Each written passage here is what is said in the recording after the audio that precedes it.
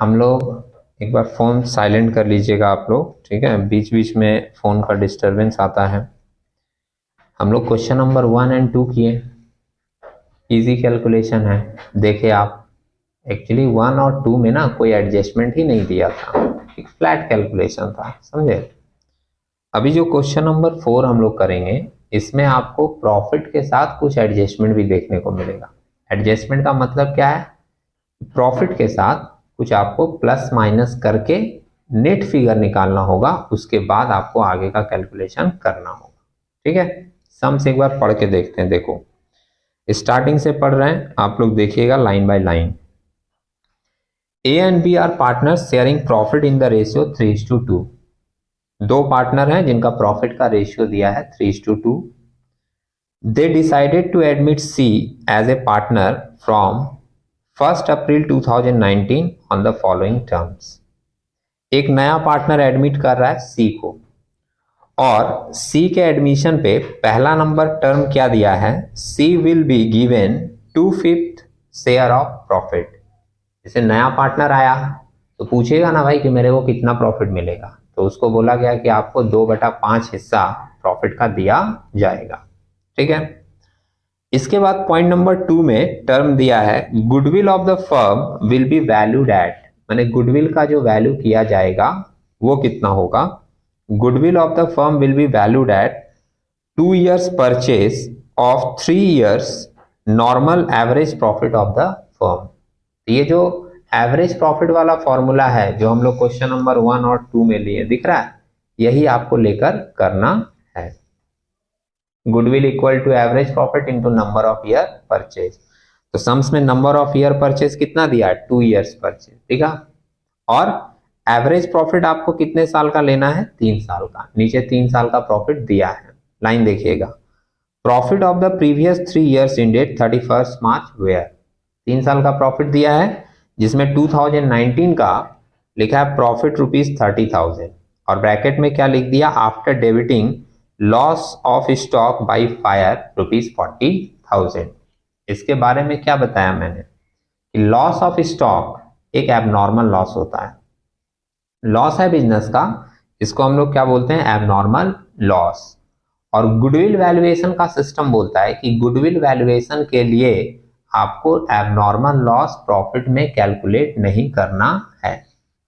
अब एक बार सोच के देखो कि अगर ये लॉस 40,000 का वो लोग दिखा दिया होगा, तो इस लॉस के कारण उसका जितना प्रॉफिट आने वाला था उससे उसका प्रॉफिट और कम आया होगा। कोई समझ रहा है मेरी बात? मैं फिर से एक बार रिपीट करता हूं। हमने कहा कि ये जो लॉस ऑफ स्टॉक दिखाया है, ये लॉस ऑफ स्टॉक को हम लोग अकाउंट से बोलते हैं कि ये हमारा एबनॉर्मल लॉस है, ठीक है। गुडविल का जो तुम कैलकुलेशन कर रहे हो, गुडविल कैलकुलेशन बोलता है कि एबनॉर्मल लॉस आपके प्रॉफिट में आना नहीं चाहिए। लेकिन सम्स में क्या बोला कि तुम ये एबनॉर्मल लॉस दिखा दिए हो, और ये एबनॉर्मल लॉस दिखा के तब ये प्रॉफिट को लाए हो, कितने का? 30,000 का। तो आप एक बार सोच के देखो कि अगर तुम ये लॉस नहीं दिखाते तो तुम्हारा प्रॉफिट और ज्यादा आता कि नहीं? जैसे अभी प्रॉफिट कितना आया पता है? 30,000। अगर तुम ये लॉस नहीं काटे होते तो तुम्हारा प्रॉफिट आता 70,000 होता। तो हम लोगों को इसका सिंपल एडजस्टमेंट क्या करना होगा कि हम लोग प्रॉफिट दिखाएंगे 30,000, और उसमें ये जो लॉस काट दिया है उसको हम लोग ऐड करके इसको एडजस्टेड प्रॉफिट निकालेंगे, जो कि आएगा कितना हम लोगों का? 70,000, ठीक है। अभी लाइन समझ लीजिए, फिर आपको दिखाएंगे लिखने का तरीका क्या होगा। जैसे अभी क्या होता है ना, समझते समझते किसी किसी के दिमाग में आ जाता है कैसे लिखेंगे, तो अभी नहीं सोचना है, अभी सिर्फ समझना है।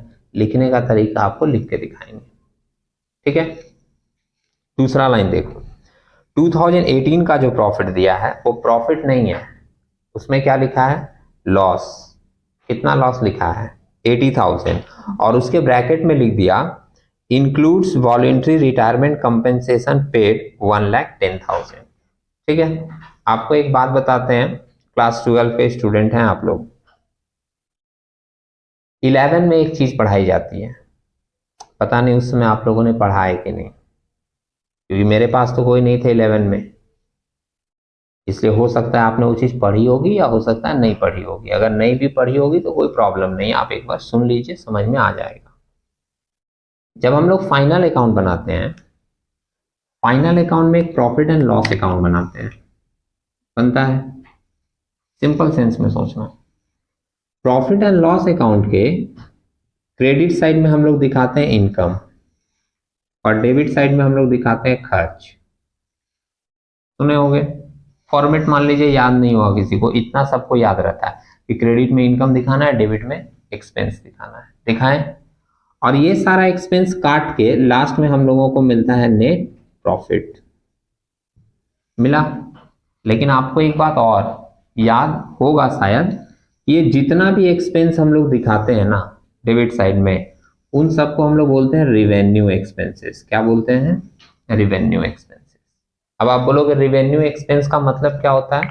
तो revenue expenses are those expenses which are for a period of time, that is for 1 day, for 1 week, for 1 month और मैक्सिमम फॉर 1 ईयर।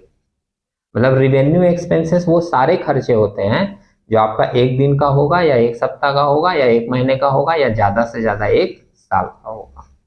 समझ रहे हैं? जो एक साल के अंदर तक का खर्च होता है उसको हम लोग बोलते हैं रिवेन्यू एक्सपेंसेस, और जो भी खर्च एक साल से ज्यादा का होता है उसको हम लोग बोलते हैं कैपिटल एक्सपेंसेस। सुने मेरी बात, एक्सपेंस को भी कितने कैटेगरी में डिवाइड किया जाता है? 2। रिवेन्यू एक्सपेंसेस वो एक्सपेंस होगा जो आपको कितने दिन का हो सकता है? एक दिन का, एक वीक का, एक महीने का या ज्यादा से ज्यादा एक साल का। और कैपिटल एक्सपेंडिचर एक साल से ज्यादा का। अब प्रॉफिट एंड लॉस अकाउंट का रूल है कि यहां जो खर्च दिखाया जाता है वो कौन सा खर्च दिखाया जाता है? रिवेन्यू वाला। ठीक है। और जो तुम्हारे सम्स में ये लाइन लिखा है ना, वॉलंटरी रिटायरमेंट कंपेंसेशन पेड, ठीक है, इसको हम लोग बोलते हैं कैपिटल एक्सपेंडिचर। अब आप सोचो गलती क्या हुई है? आपको सारे खर्चे दिखाने होते हैं रिवेन्यू, और तुम वहां दिखा दियो कौन सा वाला? कैपिटल वाला। दिखाए मतलब एक तो वो कौन सा आइटम दिखा दिया पता है? कैपिटल नेचर का आइटम दिखा दिया, जो कि उसको दिखाना नहीं चाहिए। ठीक है। अब अगर खर्चा तुम ज्यादा दिखा दिए जो कि तुमको दिखाना ही नहीं था, तो इसके कारण भी तुम्हारा प्रॉफिट क्या हुआ होगा? कम हो गया होगा। मानते हो ये बात? फिर से बोलते हैं, ज्यादा ध्यान से मत सुनना, सिंपल सा बात बता रहे हैं। वो थोड़ा सीरियस होकर हम बोलते हैं, पढ़ाने के समय ऐसे रहना पड़ता है, लेकिन बात बहुत ही सिंपल है। मैंने क्या कहा कि हम लोग पीएल अकाउंट में सिर्फ कौन सा खर्च दिखाते हैं? रिवेन्यू वाला। और जो वॉलंटरी रिटायरमेंट का खर्चा है वो कौन सा खर्चा है? Capital expenditure. समझ रहे हैं? तो आपको सिर्फ दिखाना है, वहां था रिवेन्यू का खर्चा, लेकिन तुम वहां एक तो ले जाकर दिखा दिए कैपिटल का खर्चा, दिखा दिए तो तुम्हारा खर्चा तो बढ़ गया, ये तो तुमको दिखाना नहीं था। और जैसे ही तुम्हें खर्चा ज्यादा वहां दिखाए, तुम्हारा प्रॉफिट क्या हुआ होगा? कम हो गया होगा। हुआ होगा ना? तो ये प्रॉफिट कैसे एडजस्ट होगा? हमको वो वाला जो खर्च दिखाए हैं वो फिर से उसमें ऐड करना होगा। ठीक है। ये हम आपको पूरी बात बता रहे हैं डिटेल के साथ। ये अगर तुमको कॉन्सेप्ट याद रहेगा तो तुमको प्लस माइनस खुद ब खुद, अगर तुम भूल भी जाओगे कि इसको प्लस करना है कि माइनस, कॉन्सेप्ट एक बार सोचोगे खुद ब खुद ऐड कर दोगे। ठीक है। तीसरा लाइन देखो, 2017 का जो प्रॉफिट दिया है, 2017 के प्रॉफिट में लिखा है कि प्रॉफिट है 1,10,000 का। लास्ट लाइन दिख रहा है, प्रॉफिट है कितने का? 1,10,000 का, और ब्रैकेट में लिख दिया including a gain profit of ₹30,000 on the sale of fixed asset. किसी भी एसेट को बेचने पर जो गेन होता है, जैसे अभी आपको एक्सपेंस के बारे में बताया ना कि 2 तरह का एक्सपेंस है, एक रिवेन्यू एक्सपेंस और एक कैपिटल एक्सपेंस, 2 तरह का बताएं। वैसे ही जो गेन होता है वो भी 2 तरह का होता है। रिवेन्यू गेन जो 1 साल का होगा, और कैपिटल गेन। तो जैसे हम लोग यहाँ पर रिवेन्यू एक्सपेंस दिखाते हैं, उसी तरीके से जब क्रेडिट में प्रॉफिट दिखाया जाता है ना, तो वो सिर्फ रिवेन्यू प्रॉफिट दिखाया जाता है, कैपिटल प्रॉफिट को हम लोग यहाँ पर नहीं दिखाते। अब अगर तुम कैपिटल प्रॉफिट को दिखा दिए हो, प्रॉफिट अगर तुम एक ज्यादा दिखा दिए जो कि तुमको यहाँ पर दिखाना नहीं चाहिए था एज पर रूल, तो इसका इफेक्ट क्या हुआ होगा? कि जो तुम्हारा प्रॉफिट आया है लास्ट में वो प्रॉफिट तुम्हारा बढ़ गया होगा। फिर से बोल देते हैं, प्रॉफिट कितना दिया, 1,10,000, और उसमें बोला है कि 30,000 का एक ऐसा प्रॉफिट जोड़ दिया है सेल ऑफ फिक्स एसेट का जो प्रॉफिट यहां पर आना नहीं चाहिए एज पर अकाउंटिंग रूल। तो अगर वो 30,000 का एक्स्ट्रा प्रॉफिट दिखाया तो इसका मतलब इसके कारण क्या हुआ होगा, आपका प्रॉफिट बढ़ गया होगा। तो ये 30,000 हम लोगों को माइनस करके एडजस्ट करके प्रॉफिट तब कैलकुलेशन में लेना होगा। ठीक है, अब ये जो पूरी बात बताएं अगर आपको नहीं समझ में आई होगी तो अब मैं इसको क्या करता हूं, लिख के दिखाता हूं। देखिए पहले देखिएगा, अभी लिखिएगा मैं, जब मेरा पूरा हो जाए उसके बाद आप लोग लिखिएगा। ठीक है, सबसे पहले क्वेश्चन नंबर कितना है, 4 है ना। हम लोग निकालेंगे कैलकुलेशन, अच्छा ये शॉर्ट में नहीं पूरा ही लिख देते हैं, calculation for adjusted profit particulars. कौन कौन साल का प्रॉफिट है बोलो जरा, 2019, 18, 17। ठीक है, तुम लोग चाहना तो इसके ऊपर लाइन भी ड्रॉ कर लेना। ठीक है, फॉर्मेट बना लेना। प्रॉफिट फॉर द ईयर, पहले हम तीनों साल का प्रॉफिट लिखेंगे।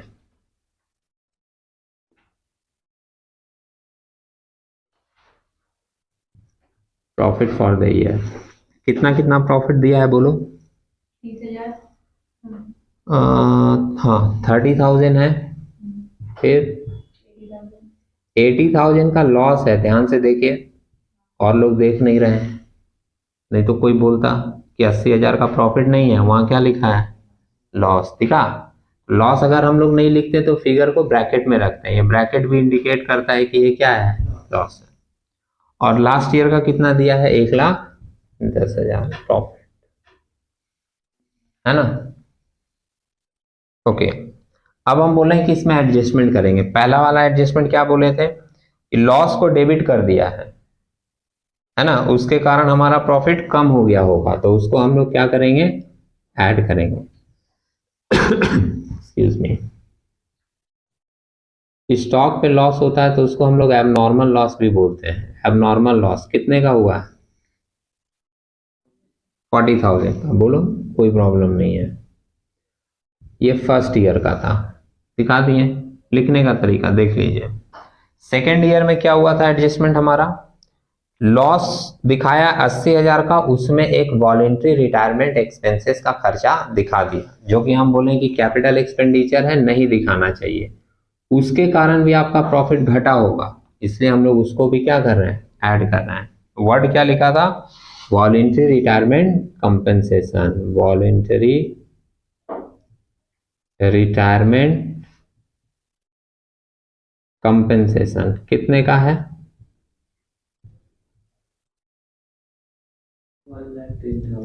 1,10,000। फर्स्ट वाले में नहीं, सेकंड वाले में ये एडजस्ट होगा।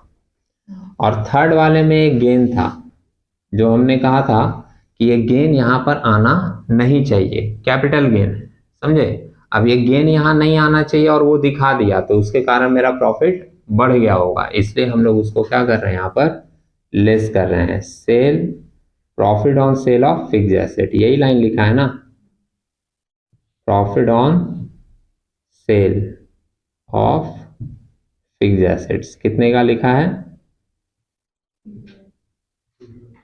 30,000, ये यहां लिखा है। अब इसको हम लोग एडजस्ट करेंगे और इसको नाम देंगे एडजस्टेड प्रॉफिट,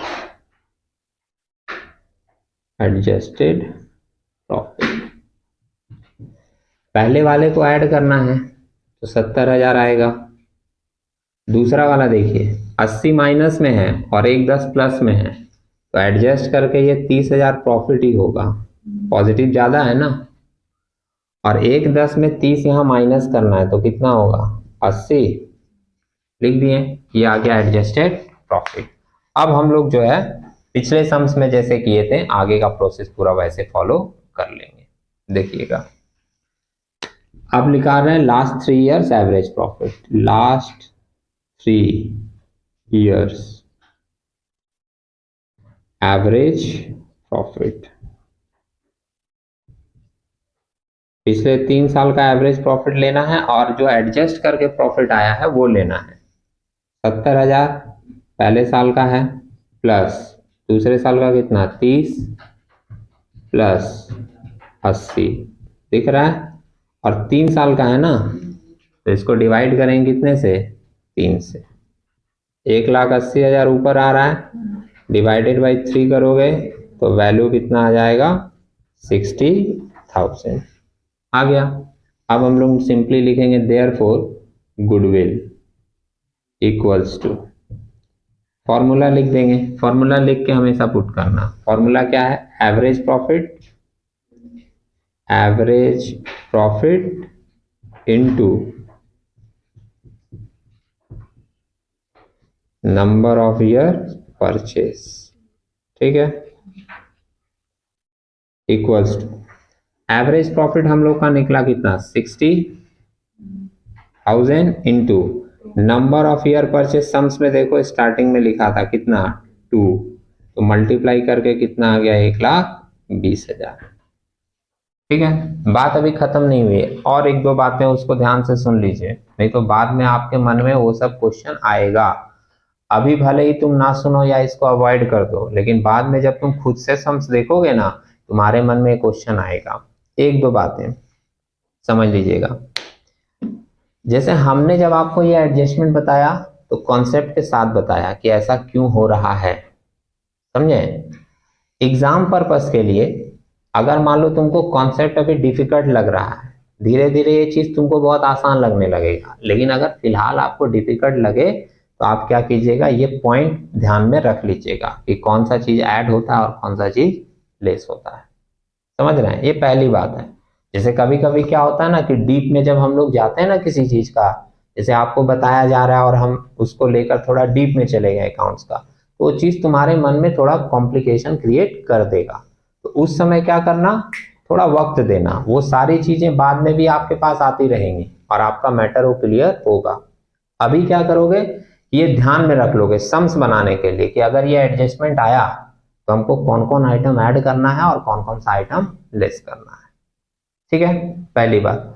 दूसरी बात, जब सम्स हम पढ़ रहे थे तो आप देखे थे सम्स के ऊपर में बहुत सारा लाइन लिखा था कि 2 पार्टनर है, उसका रेशियो दिया है, फिर एक नया पार्टनर आया। उन सब चीजों का गुडविल वैल्यूएशन से कोई लेना देना नहीं होता।